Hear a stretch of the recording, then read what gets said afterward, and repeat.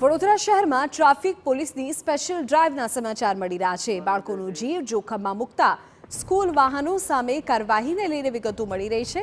વિવિધ વિસ્તારોમાં 146થી વધુ સ્કૂલ વાન અને સ્કૂલ રિક્ષાને ડિટેઇન કરાય છે। ટ્રાફિક પોલીસની 15થી વધુ ટીમ દ્વારા સ્પેશિયલ ડ્રાઈવ કરાય। નિયત મર્યાદાથી વધુ બાળકો બેસાડનાર સામે કાર્યવાહી કરવામાં આવી રહી છે। રોંગ સાઇડ ડ્રાઇવિંગ, ઓવર સ્પીડમાં ચાલતા વાહનોને ડિટેઇન કરી દેવાયા છે। આવનારા દિવસોમાં પણ આ સ્પેશિયલ ડ્રાઈવ યથાવત રહેશે। પ્રતિબંધિત સમયમાં શહેરમાં પ્રવેશનારા ભારે વાહનો વિરુદ્ધ પણ કાર્યવાહી કરવામાં આવશે।